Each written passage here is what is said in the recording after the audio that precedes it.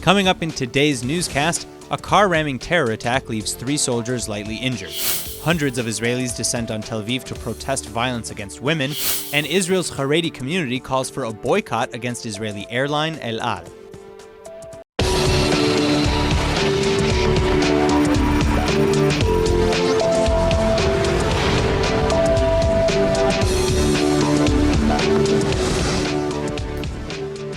Three IDF soldiers were hospitalized earlier today when a Palestinian man rammed into the group along the Route 60 highway in the West Bank, just outside of Karmei Tzur, near Gush Etzion. These soldiers were apparently conducting construction work when they were hit by the driver, who was shot dead by another member of the IDF patrol while attempting to flee. Thankfully, Magen David Adom paramedics were able to deliver emergency treatment at the scene before moving the victims to the hospitals in Jerusalem, and the injuries to the 3 soldiers include moderate wounds to the extremities as well as scrapes and bruises. According to Channel 10 News late Sunday night, Israel's state prosecutor's tax and finance department has just issued its recommendations for indictments against Prime Minister Netanyahu. This over allegations of corruption in Case 1000, if not 2000 as well. State Attorney Shai Nitzan will now review the department's findings and present his final recommendation to Attorney General Avichai Mandelblit for the final say. Though Mandelblit has already stated he will wait to make any decisions one way or the other until all investigations into Netanyahu are complete, and the investigation into Case 4000 or the Bezek case has not yet finished. But the head of the state prosecutor's tax and finance department, Liat Ben-Ari, has remained consistent in that she believes there is sufficient evidence of corruption and bribery, alleging that Netanyahu received around 1 million shekels in gifts in return for favors, as well as engaged in quid pro quo agreements. As for Case 4000, in which the Prime Minister is suspected of having helped Bezek owner Shaul Elovitch in return for more favorable coverage in Elovich's news site Walla, the investigation has recently been reopened in light of new evidence. Police have questioned Netanyahu 12 times across cases, though, and he has consistently denied any wrongdoing, saying they'll find nothing because there is nothing. The Justice Ministry has not yet commented on these latest reports. Speaking of things that may be illegal, it turns out that former Defense Minister Avigdor Lieberman's resignation a few weeks ago may actually be a bigger issue than it appears. With Lieberman and his party outside the coalition now, the Israeli Security Cabinet fails to meet the minimum requirements to remain whole. The Security Cabinet, which refers to Israel's top government decision-making body, was formed in 2001, and it must contain no more than half the total number of ordinary cabinet ministers. Well, without Lieberman, there are 19 ministers in the full cabinet, but 10 members on the Security Cabinet. This means that technically, as of Lieberman's resignation on November 18th, the Security Cabinet has been operating illegally. And to correct the issue, either a minister must be added to the full cabinet or removed from the security panel. This is no small matter either, as the Security Cabinet is responsible for convening war councils and making other major national policy or security-related decisions. A normal Security Cabinet includes a Prime Minister, a Defense Minister, Foreign Minister, Justice Minister, Public Security Minister, and Finance Minister. Any other positions may be appointed as well, as long as they don't exceed the maximum member limits. But Prime Minister Netanyahu holds 5 portfolios right now, one more than he's legally allowed to, and he's joined by party heads and fellow ministers Aryeh Deri, Zev Elkin, Naftali Bennett, Yoav Galant, Yuval Steinitz, Israel Katz, Ayelet Shaked, Gilad Erdan, and Moshe Kachlon. Whether he'll remove one of these members from the Security Council or add a member to the larger cabinet remains to be seen. Netanyahu's office has yet to be reached for comment on the matter. Now, continuing with his visit, Czech President Milos Zeman met with his Israeli counterpart Reuven Rivlin today, where the two discussed their country's ongoing and strengthening relations. But Zeman also took a moment to address his views on the two-state solution, saying that as long as Hamas is in power, there's no such thing. For many, many decades, there is a discussion about two independent states, but frankly speaking, I do not see independent state in Gaza Strip, because I understand Hamas as a terroristic organization and not as a state. Joining me now in the studio with more is the founder and executive director of the Israel Institute for Strategic Studies, Dr. Martin Schurman. Dr. Schurman, thanks so much for coming back. Thank you. Happy to be here. All right, so let's just start off with you've been saying for a very long time that there is no two-state solution. You've been saying, incentivize immigration, that Israel should have annexed the Gaza Strip a long time ago, and never should have left. So what are your initial reactions to Zeman, and why do other EU leaders not seem to agree with him? Well, first of all, I certainly welcome his statement, and I hope this is the first swallow in a spring of realization and return to common sense. I mean, clearly, the jury is no longer out on the two-state solution.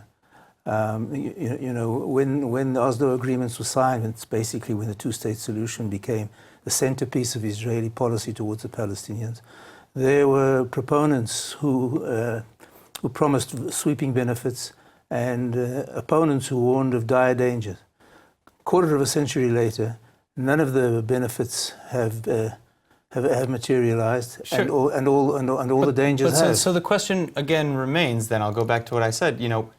If you've been saying this for so long, and other analysts have been saying similar things, and now we have President Zeman who says I don't get it. Yeah. So what is it that other EU leaders are missing? Well, let me be a bit flippant. People used to be burnt at the stake for saying that the Earth was round. I think that the whole debate has been in the grip of the tyrannical dictates of political correctness, which have totally ignored political truths. I don't understand why anyone would support, especially liberals, why any liberal would support the establishment of yet another homophobic, misogynistic, Muslim-majority tyranny, which will be a bastion for jihadi terrorists. And I've heard no two-stater offer any convincing rationale why a Palestinian state wouldn't be that. I mean, we've already had a microcosm. We saw what happened in Gaza, which is exactly the homophobic, misogynistic, Muslim-majority tyranny. And there's no reason to believe that won't happen in Judea and Samaria if the IDF was to withdraw, only on a grander scale. I see. All right. So, speaking of Judea and Samaria and the West Bank, with the Palestinian Authority in charge there, is that a more legitimate body to be talking with? No, I don't think so. I think that the Palestinians. I mean, you look for yourself. After a quarter of a century, they've managed to produce nothing except a corrupt kleptocracy with a minuscule economy, the bloated public sector, a minuscule private sector, totally dependent on foreign aid, despite huge foreign aid. Probably the only reason that Hamas hasn't taken it over is because the IDF is still deployed there. Okay, so, I mean, I feel like a broken record, but this keeps bouncing me back to the same question. With all the things that you just said, which is fairly given. I mean, countries know how much they're giving to the Palestinian Authority, and they know how much is coming out. So why, it really begs the question, what is it that they have, why are they continuing on this path when it must be known to them? It must not be a secret that they're paying for what they're paying for. As I said before, it's just that political correctness has taken control of the debate and totally obscured political truths. And I think Israel has a lot of blame to bear here, because Israel has been totally remiss in presenting its case. We've talked about it before. I think Israel should have a far more robust and resolute way of presenting these political truths. And new avenues how to deal with the Palestinians must be sought, because obviously the two-state solution is, even with its supporters, is near the end of its unholy life. All right, well, Dr. Schurman, thank you so much for coming in again. Thank you. Meanwhile, as President Zeman continues his tour of the country, Idris Deby, the president of Chad, arrived yesterday to begin his almost secret trip. Deby's visit was only revealed at the very last minute, and it makes him the first sitting president of Chad, a Muslim-majority African nation, to come to Israel. But Netanyahu and Deby both hailed the trip as an historic visit, where the two countries who haven't had any diplomatic relations in nearly 50 years can begin a new chapter. In fact, Netanyahu also praised the trip as symbolic of the growing ties Israel has made worldwide. הביקור הזה משקף את מעמדה העולה של ישראל בין העמים. אני חוזר על זה פעם אחר פעם, ורואים מדי שבוע את ההתממשות של התפיסה שלנו, של טיפוח העוצמה הכלכלית-טכנולוגית בצד העוצמה הביטחונית, מודיעינית, לקבל את העוצמה המדינית-דיפלומטית, והדבר הזה קורם עור וגידים, אפשר להגיד מדי יום. Though security was the main focus of the visit, as indicated both in the comments made by Netanyahu and the Chadian leader during yesterday's press conferences, as well as by Chad government sources speaking to Reuters. This has led opposition leader Tamar Zandberg from Meretz to demand to know if Israel will include an arms sale to the African nation in any recent agreements. Zandberg said that the concern is that Israeli arms will be sold, quote, to persecute political opponents, human rights activists, and journalists, end quote. She then continued to accuse Debbie of being, quote, a despicable person who's responsible for the persecution of LGBT people, arresting journalists, arresting dissidents in the opposition, and establishing a dictatorial regime in his country, end quote, as well as accusing Netanyahu of tarnishing Israel's reputation with these types of relationships. And Israeli arms have indeed found their way into the hands of some of the world's worst human rights abusers, like apartheid South Africa and even more recently to South Sudan.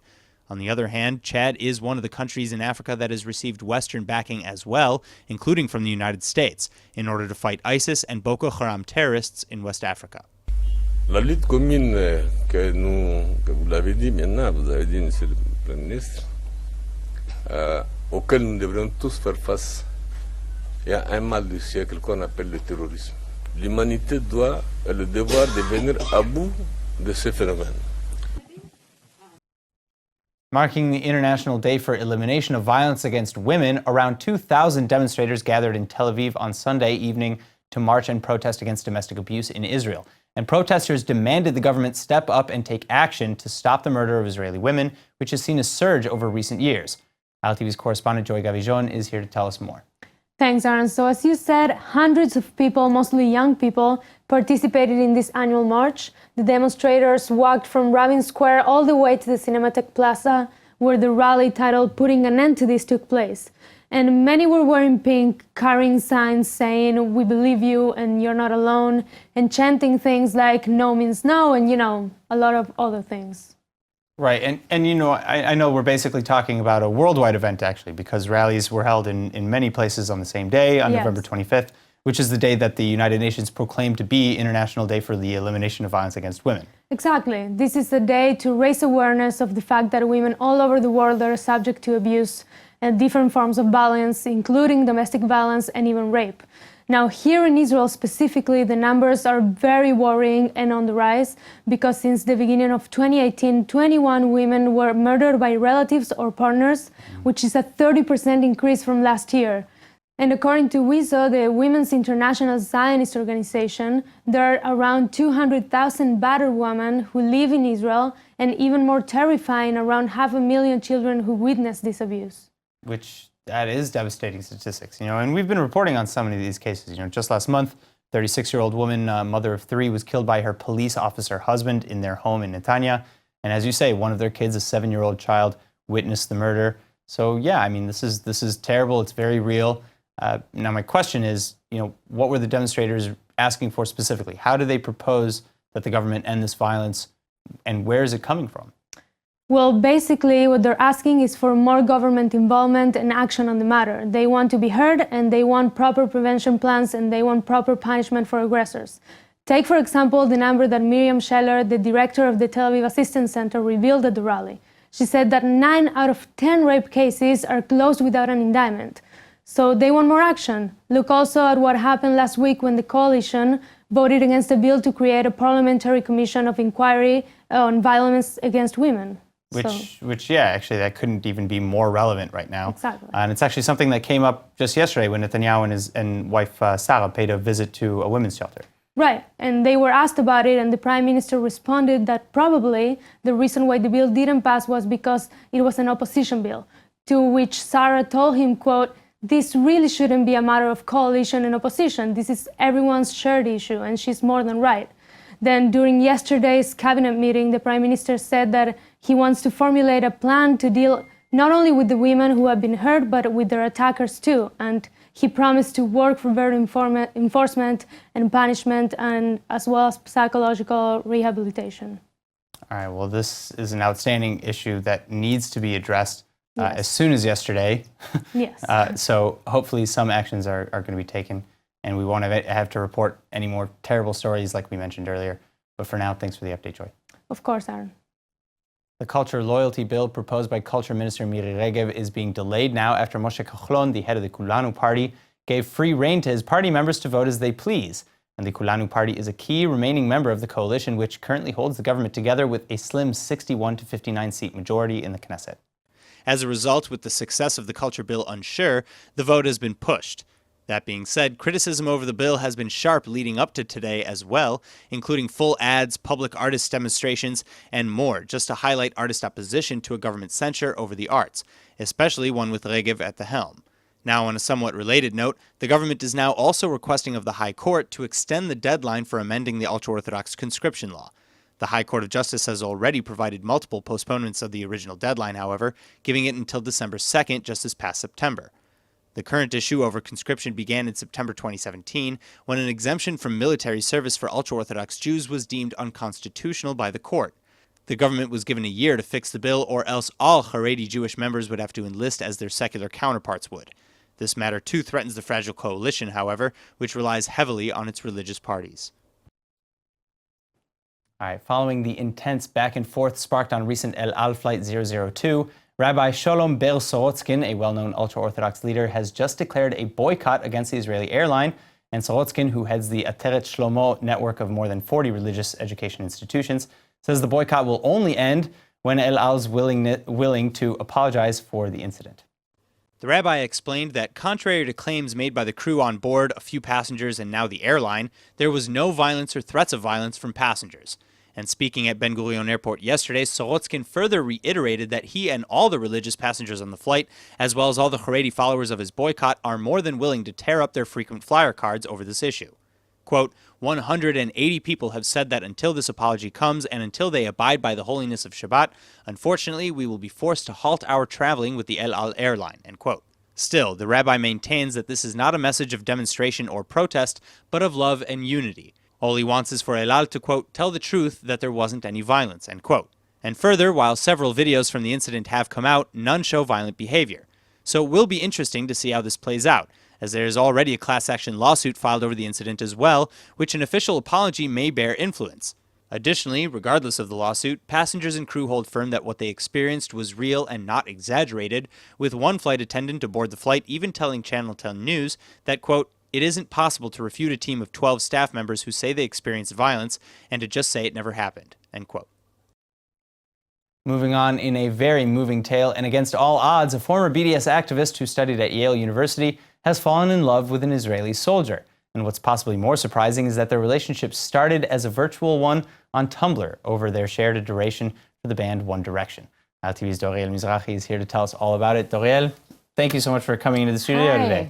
Okay, so this story, as you see, is like crazy and beautiful and all the things in between. And basically, these two girls just met on the internet, and she was a BDS activist, and Roni was here in the army.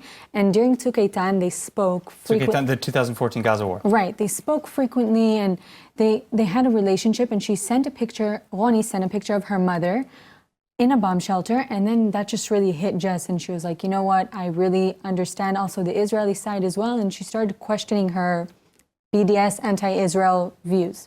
Well, that's kind of it. You know that kind of goes to the crux of the issue there. The core of the problem with BDS in the first place is that it doesn't really allow you to get to know the other side or to form any sort of communication. Not only that, but I also think the media has a lot to do with this. Like, it's so easy for them to show one side, and how the Palestinians in Gaza, you see them, and really my heart goes out to them as well, but they don't show the full picture, because I feel like Israel has a very moral army that sees their people, the Gazans as well, and they really want to help them. And it's really like when Hamas, a terrorist group, rules there, it doesn't make it easy for the world to see that and automatically points fingers at Israel.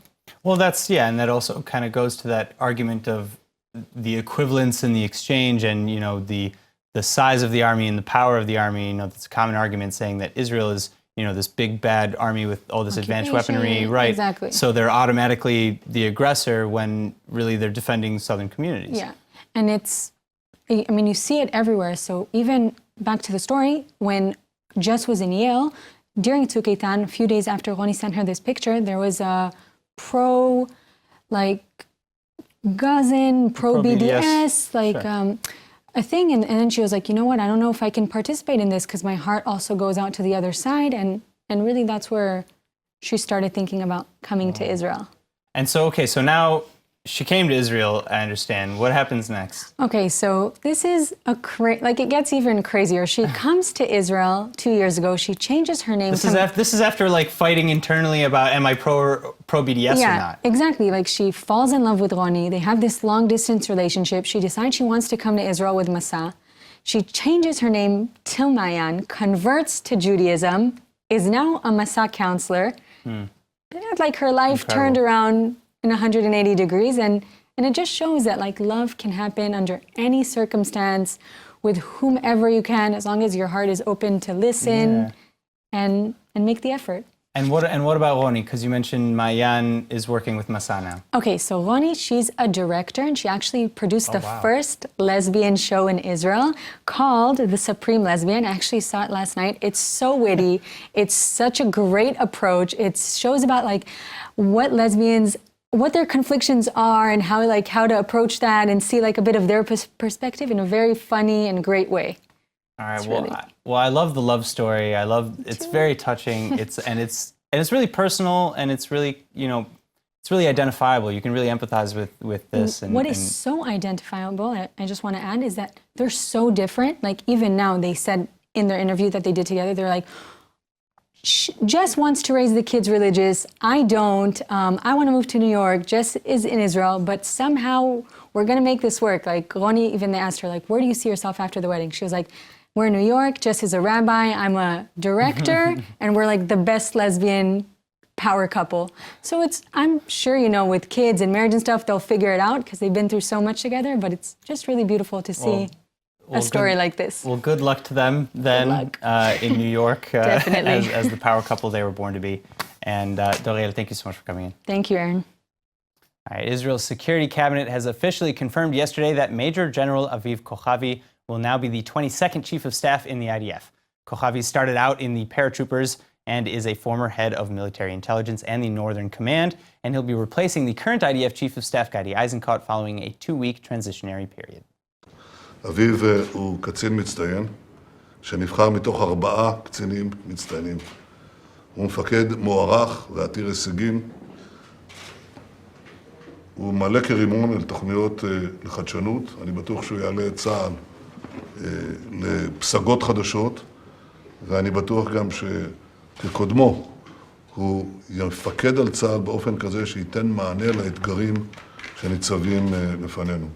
But while Kochavi is indeed an accomplished commander, according to Army radio, he wasn't actually Netanyahu's preferred choice. It's been reported that Netanyahu shouted at now former Defense Minister Avigdor Lieberman, who took advantage of Netanyahu's then secret visit to Oman to announce that he is nominating Kochavi for the role. The report also alleges that Lieberman knew that Netanyahu preferred Major General Eyal Zamir, who is head of the Southern Command, for the position. Before the Southern Command, Zamir served as Netanyahu's military secretary. Well, both Netanyahu and Lieberman have rejected claims of the alleged argument, but at any rate, Zamir is now apparently slated to be Kochavi's successor in the role. Finally, in addition to being a brilliant military mind, Kochavi is also a husband and a father of 3 daughters who holds a bachelor's degree in philosophy from the Hebrew University, a master's from Harvard in public administration, and a second master's from Johns Hopkins University in international relations. זו הזדמנות גם להודות לגדי איזנקוט על שירות מסור וחשוב בתקופה לא פשוטה. אנחנו עוד נקיים פרידה מסודרת בגדי, אבל אני רוצה לומר שבהזדמנות הזאת גם הרמטכ"ל הנכנס, אביב כוכבי, וגם הרמטכ"ל גדי איזנקוט ביקשו תוספת של כמה שבועות על מנת לסייע בתהליך סדור של חפיפה, ואני הסכמתי לכך, ועל כן התאריך של הפרישה של גדי איזנקוט יהיה ב-15 לינואר. בכל מקרה אנחנו מאחלים לשניהם ולנו הצלחה גדולה. And now for our Hebrew word of the day. There's been 21 murders of women this year alone in Israel, and hundreds came to rally in Tel Aviv last night to protest against this violence. So today's word is violence, or alimut. Yesterday, demonstrators got together to mark the International Day for the Elimination of Violence, or alimut, against women, though it should be noted that alimut, or violence, should not be targeted at anyone. Still, the threat of alimut, or violence, is important to talk about so that anyone who, heaven forbid, is abused in any way feels comfortable enough to report it. To that end, there are many various NGOs and institutions that help with all their means, and to them, we say thank you from the bottom of our hearts. Now let's go ahead and take a look at the weather forecast. Tonight should be partly cloudy and cool with a low of about 58 or 14 degrees Celsius. Then tomorrow you can expect a slight rise in temperatures to a high of 75 or 24 degrees Celsius. All right, that's it for today's news. Today's exchange rate is 3.73 shekels to the American dollar.